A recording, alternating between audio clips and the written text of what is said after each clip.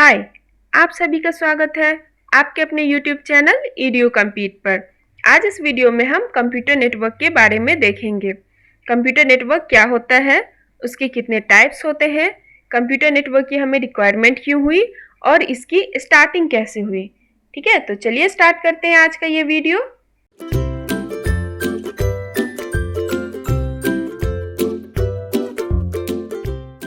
Video start करते हैं definition and types of network से। पहले देखते हैं कि व्हाट इज नेटवर्क। नेटवर्क क्या होता है? The interconnection of two or more computer that are able to exchange information is called network.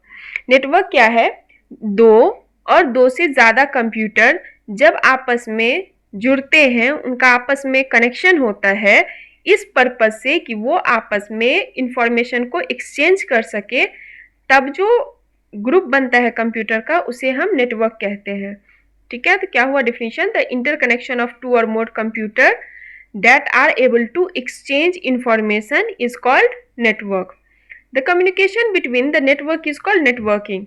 जब दो कंप्यूटर आपस में जुड़ेंगे, दो या दो से अधिक कंप्यूटर, तो वो नेटवर्क कहलाएगा। और जब उनके बीच कम्युनिकेशन स्टार्ट होगी तो वो नेटवर्किंग कहलाता है। तो क्या हो गया, नेटवर्क क्या हुआ वो आपने देख लिया। अब देखते हैं कि टाइप्स ऑफ नेटवर्क क्या होता है। Types of network based on geographical spread the network is classified into 3 types. Geographical spread means कि हमारा जो नेटवर्क है, वो हम जो नेटवर्क क्रिएट करेंगे वो कितने एरिया तक लिमिटेड रहेगा, किस एरिया तक को कनेक्ट करेंगे कंप्यूटर तो वो काम करेगा। उस बेसिस पे अगर हम कंप्यूटर नेटवर्क को डिवाइड करते हैं तो वो 3 टाइप्स के होते हैं। एक होगा लैन, लोकल एरिया नेटवर्क। दूसरा होगा मैन, मेट्रोपॉलिटन एरिया नेटवर्क। वैन, wide area network. Next video में हम इन तीनों नेटवर्क के बारे में डिटेल्स में देखेंगे कि नेटवर्क्स क्या होता है और ये किस रेंज तक इनकी एग्जिस्टेंस है और इनके क्या क्या फंक्शंस हैं। ठीक है, अभी हम देखते हैं कि नेटवर्क की रिक्वायरमेंट क्यों हुई हमें। Application of network. नेटवर्क की हमारी क्या क्या एप्लीकेशंस है, हम इससे क्या क्या कर सकते हैं। ठीक है, the most important applications of networks are, जो मोस्ट इंपॉर्टेंट एप्लीकेशंस है ऑफ नेटवर्क्स का, वो सबसे पहला है रिसोर्स शेयरिंग। जब हम नेटवर्क में कंप्यूटर्स जब कनेक्टेड होते हैं तो हम आपस में रिसोर्स को शेयर कर सकते हैं, like hardware, software, peripheral devices like printer, scanner, fax machine, इन सब चीज़ों का हम शेयर कर सकते हैं क्योंकि ये फिजिकली हर जगह अवेलेबल नहीं हो सकते हैं। तो अगर हमारा कोई कंपनी है, कंपनी में बहुत सारे कंप्यूटर आपस में कनेक्टेड हैं, तो वहाँ पे हम अगर एक रिसोर्स है, हमारा एक ही प्रिंटर है, तो उसी से क्या होगा कि जितने भी कंप्यूटर्स हैं वो उस प्रिंटर का यूज़ कर सकते हैं क्योंकि हर वक्त कुछ पेरिफेरल डिवाइसेस होते हैं, उनका हर वक्त यूज़ नहीं होता है हर कंप्यूटर पे, तो वो एक जगह रहेगा, उसी को सभी शेयर करेंगे। सॉफ्टवेयर, एक सॉफ्टवेयर होगा, उसी से सारे सिस्टम चलेंगे, एक ही हार्डवेयर से हम सबको यूज़ कर सकते हैं। तो ये रिसोर्स शेयरिंग एक हुआ। दूसरा है कॉस्ट फैक्टर। कॉस्ट फैक्टर भी इसका एक एप्लीकेशंस हो सकता है। जैसे कि अगर कोई कंपनी है, उसमें 20-25 सिस्टम है, वो आपस में कनेक्ट, अगर हम उन 25 सिस्टम पे सेपरेट हर चीज़ डालते हैं, चाहे वो हार्डवेयर हो, सॉफ्टवेयर हो, पेरिफेरल डिवाइसेस हो, प्रिंटर्स हैं, स्कैनर्स हैं, अगर हम हर एक सिस्टम पे डालते हैं तो हमारा कॉस्ट बहुत हाई होगा। लेकिन अगर हम हर एक कंपनी में अगर एक ही हम प्रिंटर रखते हैं और एक ही स्कैनर रखते हैं और 25 कंप्यूटर और 25 कंप्यूटर आपस में एक नेटवर्किंग बनाते हैं और वो सभी आपस में कनेक्टेड होंगे, और जिनको जिस भी सिस्टम को प्रिंटर की ज़रूरत होगी वो उस प्रिंटर का यूज़ करेगा, तो उससे क्या होगा कि हमारी कॉस्ट भी सेविंग होगी। सॉरी, यहाँ पे कॉस्ट का स्पेलिंग गलत है, यहाँ पे ए नहीं होगा, COST, कॉस्ट फैक्टर होगा। आप लोग प्लीज़ देख लीजिएगा, ये यहाँ पे कॉस्ट की स्पेलिंग मैंने मिस्टेक कर दी थी, कॉस्ट फैक्टर। तो क्या होगा कि हमारी कॉस्ट की सेविंग होगी, हम एक ही रिसोर्स से हमारे सारे सिस्टम्स यूज़ कर रहे होंगे। ठीक है, नेक्स्ट है शेयरिंग ऑफ इंफॉर्मेशन। जब हम नेटवर्क में कनेक्टेड होते हैं तो हमारा इंफॉर्मेशन शेयर करना इजी हो जाता है, हम एक सिस्टम से दूसरे सिस्टम पे इजीली अपना इंफॉर्मेशन शेयर कर सकते हैं। ठीक है, नेक्स्ट है कम्युनिकेशन फैसिलिटीज़। कम्युनिकेशन फैसिलिटीज़ हमारा इजी हो जाता है, ठीक है, जैसे कि हम आपस में इजीली कम्युनिकेट कर सकते हैं।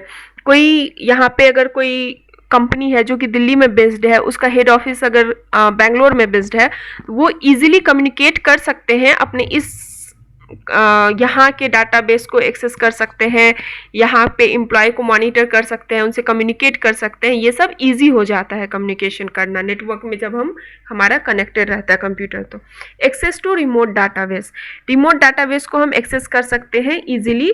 कैसे कि इसका सबसे अच्छा एग्जाम्पल ये हो सकता है कि हम घर बैठे ही रेलवे रिजर्वेशन, फ्लाइट रिजर्वेशन कर ले रहे हैं, अपने सिस्टम से बैठ के हम उन वहाँ से डाटाबेस को चेक कर लेते हैं कि भाई कितनी सीट खाली है, हम रिजर्वेशन कर सकते हैं कि नहीं। तो इस हिसाब से ये क्या होगा, हमारा रिमोट डाटाबेस का एक अच्छा एग्जाम्पल हो सकता है। और रिलायबिलिटी और बैकअप, जब हम किसी कंप्यूटर को जब हम सिंगल यूज़ कर रहे हैं तो उसमें जो हमारा डाटाबेस है, जो हमने उसमें डाटा रखा हुआ है, अगर कभी भी हार्डवेयर फेल्योर होता है, सिस्टम क्रैश करता है, तो वो डाटा हमारा लॉस हो जाता है। लेकिन अगर हम नेटवर्क में कनेक्टेड होते हैं तो हमारी डाटा 3-4 जगहों पे सेव हो सकती है। हम सर्वर पे अपना डाटा रख सकते हैं, हम 3-4 सिस्टम पे रख सकते हैं अपने डाटा को, ताकि अगर कोई एक सिस्टम फेल्योर भी होता है, क्रैश भी करता है, तो हमारा डाटा लॉस्ट नहीं होगा, हमारा डाटा अभी सेव ही रहता है। ये भी एक इसके अच्छे एडवांटेजेस होते हैं नेटवर्क के, ठीक है। नेक्स्ट देखते हैं, नेक्स्ट है हमारा इवोल्यूशन ऑफ नेटवर्क। नेटवर्क का इवोल्यूशन कैसे हुआ देखते हैं। The evolution of network started in 1969 bye US department of defence. US का जो डिफेंस डिपार्टमेंट था वो 1969 में एक प्रोजेक्ट स्टार्ट किया था। उस प्रोजेक्ट का नाम था ARPANET। ARPANET उसका नाम हुआ advance research project agency network. ARPANET start किया था किसमें, 1969 में। The goal of this network was to connect computers at different universities and US defence. इस नेटवर्क का एक गोल था कि जितने भी सिस्टम्स हैं अलग अलग यूनिवर्सिटीज़ में और जो यूएस का जो डिफेंस था उनमें जितने भी कंप्यूटर्स हैं उनको आपस में कनेक्ट करना, ताकि वो आपस में कम्युनिकेट कर सके, आपस में रिसोर्स शेयर कर सके और एक दूसरे से कनेक्शन एस्टेब्लिश हो सके। तो इसी पर्पस से उन्होंने एक नेटवर्क क्रिएट किया था ARPANET, ठीक है। इन 1980s के टाइम में नेशनल साइंस फाउंडेशन ने, यूएसए में ही नेशनल साइंस फाउंडेशन ने भी एक हाई कैपेसिटी वाली नेटवर्क इस्टेब्लिश की थी जिसका नाम था NSF-NET, ठीक है। It is more capable than ARPANET। ये ARPANET से ज़्यादा कैपेबल था, ज़्यादा पावरफुल था ये नेटवर्क। लेकिन ये नेटवर्क जो था ये सिर्फ एकेडमिक रिसर्च के लिए बनाया गया था NSF-NET। तो इसमें सिर्फ एकेडमिक रिसर्च हो सकते थे, इसलिए वहाँ के जो प्राइवेट कंपनीज थे उन्होंने अपना नेटवर्क बनाना स्टार्ट कर दिया, ठीक है। तो वो क्या हुआ, since NSF was only for academic research, so many private companies build their own network. उन्होंने अपना खुद का नेटवर्क बनाया। Later these all networks were interconnected along with ARPANET and NSF-NET to form internet। बाद में क्या हुआ कि ये जितने भी नेटवर्क्स थे ARPANET, NSF-NET और जो प्राइवेट कंपनीज ने जो अपना पर्सनल नेटवर्क बनाया था, ये सभी मिलके ये सभी आपस में कनेक्ट हुए और इन सब के कनेक्शन से जब बहुत सारे नेटवर्क आपस में एक नेटवर्क तैयार करते हैं तो उसे इंटरनेट कहते हैं।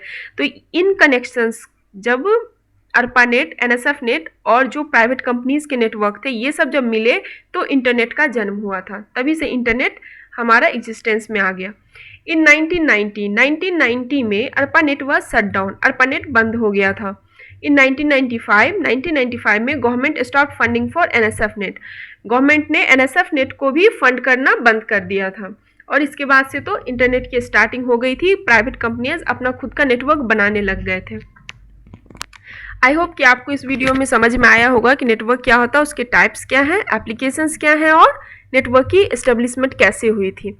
इस वीडियो में इतना ही है। नेक्स्ट वीडियो में मैं आपको LAN, WAN और मैन के बारे में डिटेल्स में बताऊंगी।